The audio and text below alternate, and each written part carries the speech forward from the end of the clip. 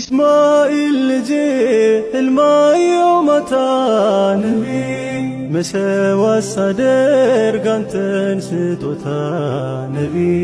የአንቢዮች መናም ወህይ ነውና ነቢ ቶሎ አደረሱት ይህንን ዜና አበደን ኢላ የውሚዲን አጂብ እስማኤል ኢማን ጽናቱ ነገሩን ሁሉ ሰምቶ ከአባቱ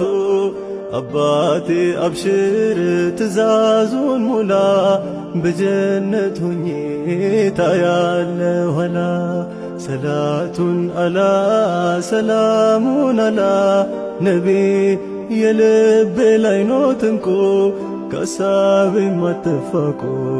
አበደን ኢላ የውሚዲን